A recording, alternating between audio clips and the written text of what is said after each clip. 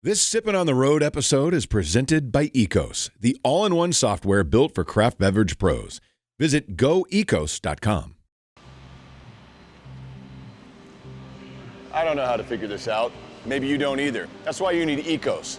It's the thing to use in the brewing industry, or maybe you've got a cidery. It can help keep track of everything, from sales to all this, so that you don't have to, and you can get back behind the brew house doing what you got into the business to do in the first place. The stuff you really love. Ecos. Yeah, so this is a really interesting beer where it's a Mexican lager at 4.3%, a very, very light beer. I remember doing this on the show because, your son wants to come hang out and drink some beer. Let's go. Come on. Up. There we go. There he is. There we go. Got to start him early. You know what I'm saying?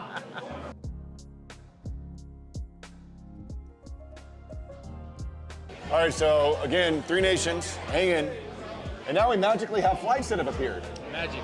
So let's drink some of these beers here from Three Nations. So we're gonna start over here. Yeah. Right? Yep. So what are we starting with? First one's Go Time. Go Time. German style Helles. This one's near and dear to all of the brewers' hearts. We love lagers here.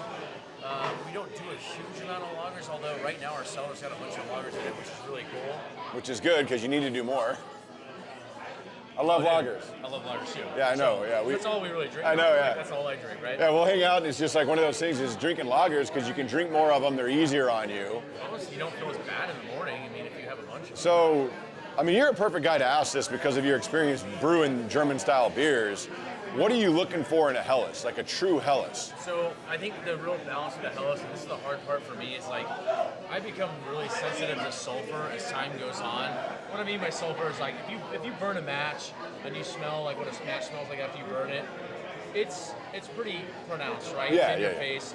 Also, sulfur, you get like that kind of rotten egg smell, which Yeah. I know sounds weird, but a nice German brewing cellar smells like this sulfur aroma from all the fermentation. Really? Okay. But as time has gone on, I become a lot more like sensitive to sulfur. I just don't like it as much, and so we really try hard to keep Go Time really low on the sulfur level.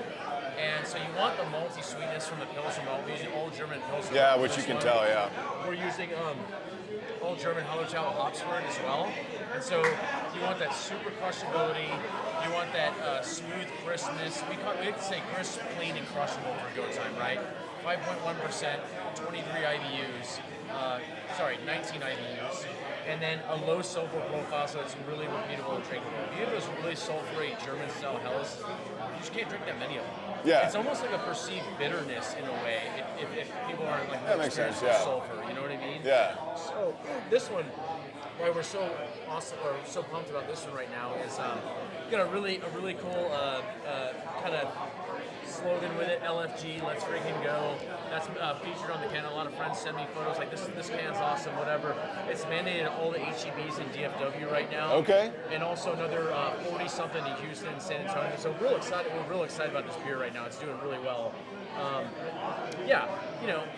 Who doesn't want something that's 5% that you can repeat, that's not too in your face? I do. I All the time. I love it. This is like this is my go-to at home. Yeah, so check it out again if you guys are out and about. If you're not right here in downtown Carrollton or up in Anna, you can get this, as Gavin just told you, San Antonio and Houston, HEBs. Yep, exactly. Which, on a totally side random note, the craft beer selection at HEB it's ridiculous. It's got to be the best of any grocery store chain that's around anymore. They are doing something about it, man. We were talking about last night. My old boss Dennis came over and he brought this Doppelbock from a Tukler brewery. I'm like, how the hell did you find this? He's like, oh, HEB. I'm like, they have this? It's like, yeah. That's wild. And then he brought also their Helles. So I'm like, yeah, it's a great selection. Beers that are hard to find, have been hard to find forever. Which is crazy. HEB's bringing in all this stuff. They're doing a hell of a job. So. Yeah, which is great, especially for those of you that are watching this that are P1s that may not live in the DFW area. If you're in Texas and you're around an HEB, it's a great way to try to find some Three Nations beer. Stop by your local HEB and pick up some Go Time, the Helles Lager. Yeah, I drink this beer. This is one of those beers that when I come up here and I get my mug off the wall, a lot of the times I'll start with Go Time because it's so easy, it's great. The flavor on it's fantastic. A little bit of that kind of bready and those Hallertau hops, which are always German noble hops, which I like quite a bit. So, Really All right. Well, what's next? I'm guessing this is Cozy. Are we starting? Are we going there? Cozy Bavarian. Or you want to go here? But let's do this one next. All right. Keep on the lager trend. The reason we have this one in front of us, Matt, is because well, it's our longest tenured seasonal that we have. Right. We came out with this beer like in 2016, and literally every year it's just climbed as far as volume of sales goes. It is a pretty traditional German style Märzen. We do add a little bit of Cara Munich inside in this beer. It's probably not a real traditional ingredient that German breweries use, but we really like the caramel notes it gives us. You can taste it, yeah. You can taste it. It's funny, this beer, the recipe was, I originally brewed something similar to this at that brewery I used to work at a long time ago. We're talking 20 years ago, whatever. And if I remember correctly, we're finishing this batch out, and the chiller goes down overnight or something like that. And so I come in the morning, the beer's fermenting at like 75 or 80 degrees Fahrenheit, which is way too high for a lager. It should be at like 50 Fahrenheit, right? So we fix the chiller in the morning, we get the thing back down to about 52 where we normally ferment it. Well, out of this 75 degree fermentation for whatever it was, 8 or 9 hours, comes these really awesome like black cherry notes that you get. So it's almost like it's got a little bit of fruitiness for a lager, if I'm being real honest. Yeah, so it does, for sure. When we started brewing this for the seasonal, we ferment a much higher temperature. I'm not talking like ale temperatures, but somewhere in between lager and ale. And you've got a lot of those black cherry notes that come out of it. You get a ton of caramel, ton of toffee as well. A little bit higher ABV than most traditional. Yeah. We're about 6.4 on this one. So yeah, Cozy Bavarian's been our longest tenured seasonal. And every year it comes back. I can't wait to drink it. So Yeah, so Cozy Bavarian is what we're drinking right now, and you can tell. And this is one of those, because you guys will have, every year in September, you do a monster Oktoberfest celebration, which is great. And you usually have, I forget his name, that dude who's a world champion Steinhoist guy. I'll be here next Saturday, man. Okay, because he wasn't here. Yeah, I'll be here next Saturday for sure. Yeah, and it is incredible. All of y'all who think you can Steinhoist, and you're holding up this thing, and you're standing here like this, man, and that dude, what is it, like 20-something minutes? 23. Yeah, 23 minutes this guy just holding it. It's unbelievable. I can do like 3, I think. If I'm lucky, dude, I'm not kidding. It's not easy to do, but you guys always have, and I will say this, because I think you guys do a kick-ass St. Patrick's Day party every year in March, and you do a kick-ass Oktoberfest every year in September. Yeah, It's like we try. every 6 months. It's a great party. If you're in the area, if you're in North Texas, you should really try to make it to one of those. The place gets packed, great beers are flowing. It's just a really, really good time. Those are two of the things that every year, Three Nations, got to go to St. Patrick's Day, got to go to Oktoberfest. Yeah. I mean, obviously I come here more than that, but if you can only make it a couple of times a year, I would say it's a really good time, because you guys do a really good job putting on events. And you're going to be emceeing the Steinhoist with me, right? I am, yeah. Awesome. That'll be real fun. Just like last year. Yeah, it'll be real fun. So, yeah, Cody's a buddy of mine that I worked with at Carbach, and one day he walks into our office and he's holding a Stein out with a bunch of water, and I'm like, Cody, what are you doing, man? He's like, oh, I got this Moss Krugstemmen contest in North Dallas. I'm like, okay, cool. Well, when is this? He's like, oh, in like 2 weeks. So, of course, me being from Dallas, him and I drive up here. The guy comes in and he just smokes everyone by like 5 minutes. I'm like, oh my God. He goes to Nationals, wins the Nationals. He's been training for like 3 months at this point. That's amazing. And then later, the guy gets on the Jimmy Kimmel show. Yeah. It's unbelievable. He's a world record holder. Yeah. Like, no one's even close to this guy. We tried to get Guinness here this year, but they wanted like a ton of money. They wanted like Really? 50 grand to show up. So we're like, That's ridiculous. yeah, we can't do that. Come on. But I don't know. Let's just see how he does next Saturday. I'm sure we won't be disappointed. All right. So, yeah, Coach Yeah. Bavarian, good beer, 6.4%. Very good beer. Yeah. You know, low bitterness. Well, like you talked about, like that caramel to me comes through really, really nice. Yeah. And it is interesting to get kind of almost like you're talking about a slightly fruity note on this for a lager, which you usually don't get. That dark cherry. Yeah. I like it, dude. Yeah, because usually like ales you might get like those fruity esters and stuff like that, and lagers you don't normally get something like that. But yeah, this is super easy. It's a great flavor, and you can tell very light beer. I can say with confidence this one you can find in most of your Whole Foods Central markets and certainly HEBs right now. Yeah. Statewide, probably not. But Okay. I mean, it's one of the better represented as far as distribution goes as our seasonal. So. All right. Well, the next one I imagine you can find everywhere, because Haze Wizard feels like it's been around since you guys. Like, I don't remember the last time I came up here and Haze Wizard didn't exist. Yeah, so the story behind this one was Man, the guys from Turning Point approached us back in, like, I think it was early 2017, and they were like, hey, you know, we're trying to get our brewery together. Do you think we do like a collab and then, you know, brew a beer with you guys, and, you know, we can go from there? I said, yeah, absolutely. Yeah, they weren't registered breweries at this point, so we owned all the, you know, the beer and the labeling and all that stuff. So we collabed on them with this recipe. And Turning Point, for those that may not know, is kind of known for their hazies. Yeah. Like those guys brew that type of beer. So yeah. So anyhow, we said, hey, look, you know, best of luck for you guys. If anything we do to help you guys get started, you know, they joined us for an anniversary party. They're pouring something very cool thing, right? And so, of course, lo and behold, they opened up their own brewery. And I said, look, guys, we were kind of having our planning meeting for the beginning of 2018. It was the end of 2017. I said, well, we want to do a rotating hazy IPA. And we met with our distributors to kind of game plan, you know, what we wanted to do. And they're like, we think that's a really good idea. So Haze was originally was never the same recipe twice. Right, yeah. Okay, I remember that. Beginning of 2018. Okay, yeah. All the way until, dude, I think it was 2021. We went through volume 20 or something like that. And then finally we were like, God, we love this hop combination, which is half Citra, half Mosaic for Haze Wizard. So after volume 20, we were like, let's just stick with this. This is awesome. You know what I mean?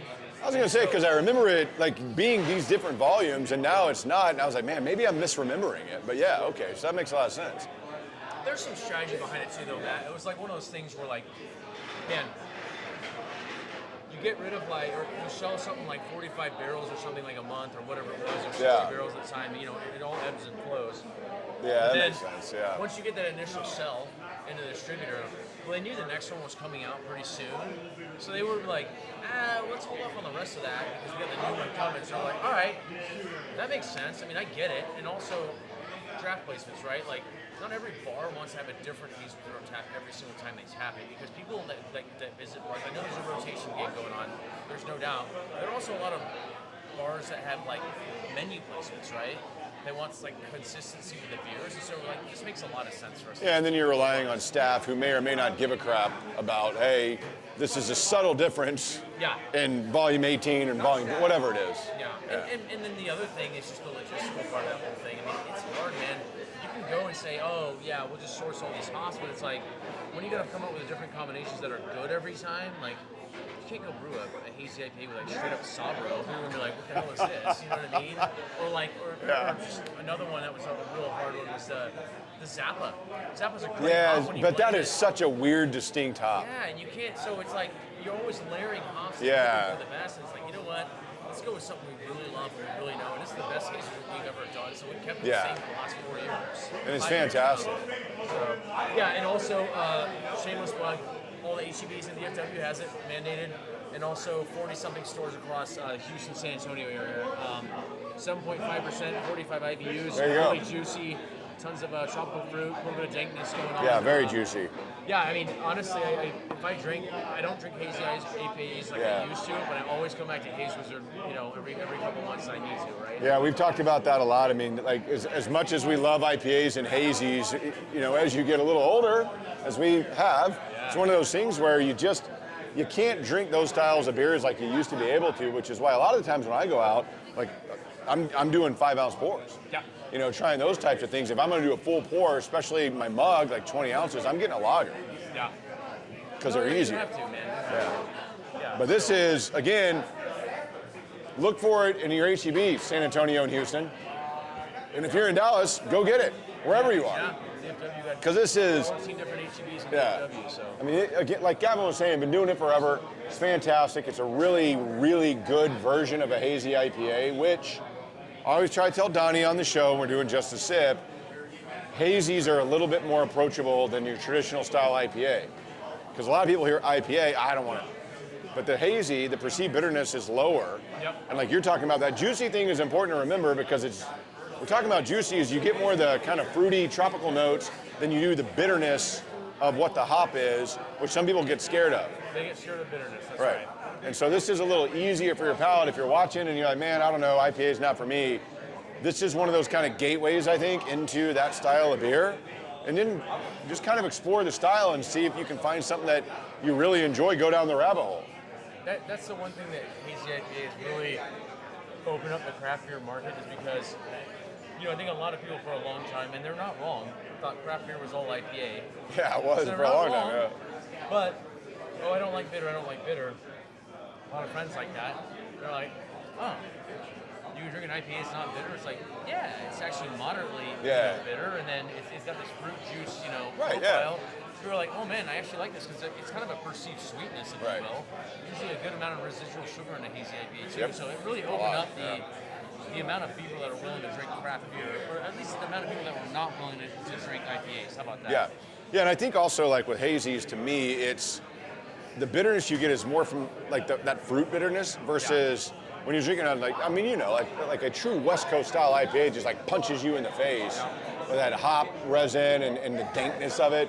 Just a little bit easier to consume, I think, if you're looking for more, because there is a difference between fruit bitterness and the bitterness that you can get from name the hop, that if you really wanted to, you could bitter the hell out of a beer. So. Yeah, I know for sure. So. But yeah, Haze Wizard, delicious, Three Nations. Yep. And then finishing with your beer, man. Yeah, we are. So, I guess we kind of need the can to kind of show the camera, maybe. Does that make sense? Get up and grab some. It's right there. Yeah. So what we're gonna do here. This is our P1 6-pack beer of the month for September. And we're drinking it on draft right now. It's the McClearin Mateo's Fruit Salad Cerveza, which is fantastic. And you guys, of course, and I think when you see the can, it makes a lot more sense. Everybody's seen the movie Superbad. So Superbad, if you look at the, right here, if you look at the driver's license, remember McLovin had that from Hawaii. McLovin, so McClearin, Fruit Salad Cerveza, that's the play on this beer for the can design and all that. So we were texting back and forth, and we were saying, hey man, what do you think some good ideas for this beer is? Name, style, name-wise, whatever. I think you pretty much come up with the last 3 names we've done anyways. Yeah. So you had some really good ideas, so I brought them to our team, and then I don't remember who said it. They were like, oh man, if it's mixed something, then we could play off McLovin. Yeah. Superbad. I'm like, oh, this is a great idea. Yeah. And so Alyssa, who's like our awesome, marketing director, like does all the cool can designs, she came out with this, and I'm like, this is pretty awesome. That's badass. So technically, the name is technically, I guess, McClearin, because you got that little arrow pointing to this, but the official full name would be because you turn it around. Mateo's Fruit Salad Cerveza. I don't know if you can see on the camera there, but there it is. So yeah, you can tell. Yeah, so this is a really interesting beer where it's a Mexican lager at 4.3%, a very, very light beer. I remember doing this on the show because, your son wants to come hang out and drink some beer. Let's go. Come on. Up. There we go. There he is. There we go. Got to start him early. You know what I'm saying? So it's one of those things where the hop terpenes off this is what provides that mango cantaloupe kick, which I think is very obvious. Yeah. And to me, drinking a beer this light with that type of really fruit-forward flavor, you just don't get that ever. It's very rare. Do you remember? Dude, look how light that is. Yeah, exactly. Remember our anniversary party just back in June? We had that session IPA that With was honeydew. It's like the honeydew melon. It was badass. Loved it. I was Loved like, it. okay, we're trying to concept this beer for the September release, and we're like, what are we gonna do? We're kind of running up against it, if I'm being honest. And so we're like, well, that was good. And then I was like, I stay pretty in tune with the craft brewing culture. I read a lot, right, when I'm at home. And there's this brewery that was doing a fruit salad, type beer. I'm like, oh, cool. Let's do a Mexican fruit salad. And so we ended up doing that. And then, back to your point, we did mango and cantaloupe terpenes. And so really, it's kind of Texian. Yeah. At 4.3% and 10 IBUs. And then you add those the mango and cantaloupe terpenes, and that turns into this completely different beer. Yeah, it's amazing. Yeah. Yeah, so huge amount of flavor, but you can literally drink this like it's a Miller Lite, if you would. It's super light. Yeah. It's just so weird to, like I said, to drink a beer this light that gives off that dominant of fruit flavors. I've never had anything like it until that honeydew that you were talking about, where that I thought was really obvious. I love that beer at the anniversary party. You know what's awesome about this, man, is you drink it, you get all the fruit in the nose and the flavor, but it finished, you still get that nice, kind of corn sweet finish sure do. Lager has. It's really, that's what I love about it, right? Yeah. And it doesn't taste like some sort of artificial, you can tell. Sweet or whatever. Right, it's not extract. Yeah, exactly. But you can tell. It's not like that crazy, super sweet over the top. It's very a natural, very natural fruit flavor, There's no doubt. which is wild. It's wild. I mean, look how clear that is. I know. So we'll have that the rest of this month. It's gone quite well so far. Draft moving quickly, and then also the cans. Yeah. The one last thing we should probably do. We talked about Symbol. We don't have a Symbol beer in front of us, so let's take a quick break, and then we'll go grab the Purple Rain. Okay, let's do it. Yeah. All right. All right, so here we are, and we are going to try some Symbol beer. And again, I would encourage you to watch, make sure that you check out all of our conversations with Gavin. If you didn't see the previous one, Symbol is an arm of Three Nations. They brew at Three Nations, but it's a more creative, innovative, doing some beers that Three Nations just wouldn't do. Yeah. Which Purple Rain, the beer for September, would fall into that category. A great can. We actually did this, if you want to reference just a sip on the show, we did Purple Rain on the show. It's a double IPA, India Pale Ale. So that usually means, talk about double IPAs, you're talking about a beer over 7%, usually going to have a little bit more hop in it, a little bit more bitter than your lower level IPA, but it's a kick-ass can, and it's a really damn good beer. Yeah, so Purple Rain, once again, just the name kind of came from the purple punch terpenes we use. Purple punch gives it kind of this like interesting like blueberry muffin essence to the beer.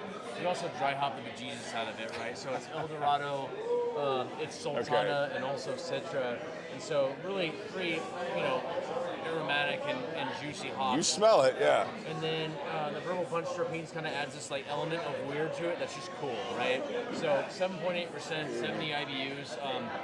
Look, do I drink a whole lot of double IPAs anymore? I don't. Yeah. But I've really been digging this. This is actually the only beer in my fridge right now, believe it or Really? not. Yeah. Well, I drink some, obviously. But It doesn't drink like a double IPA. It's not like punch you in the face bitter like you're talking about. I get the El Dorado for sure, but I feel, and I don't know the Purple Punch, but it's my first time ever having something like that. kind of comes in the aftertaste. So it kind of tastes Yeah. like a little like blueberry essence. Oh, you get blueberry for sure. I would say blueberry, you get it. What's nice about this one, man, is like it finishes pretty dry. Because a lot of these double IPAs, they'll do like double mashes. Yeah. And they'll be at like 22, 23 Play-Doh. And these beers will finish at like 5% sugar, which is, that's a meal in a can, right? It's a this lot. one, we were like probably like 18, 19 Play-Doh, and it finished at like 2.5% sugar. So it's much more drinkable. Yeah. It's not so sweet. And then at that point, you don't have to go add 100 IBUs to balance out the maltiness. You know what I mean? Right, which is nice, It's yeah. a good one. It's our September release, available now. Usual suspects for craft beer, really. So. And again, Symbol Brewing, once a month they're going to release something. You get it for the month and then it's gone. And after that, I can't recall that I've ever seen them again. Maybe at the anniversary party you brought some back, but outside of that, it's once a month and it's gone. It's one and done. So when you see something in Symbol, if you're like me, you like to try new stuff that you don't ever get to see again, this is where you want to go with Symbol out of Three Nations. But Gavin, always good, my friend. Appreciate it, dude. It's been really fun. Always. Thanks so much. Cheers. We'll see you next time. Sipping on the road. Three Nations, downtown Carrollton.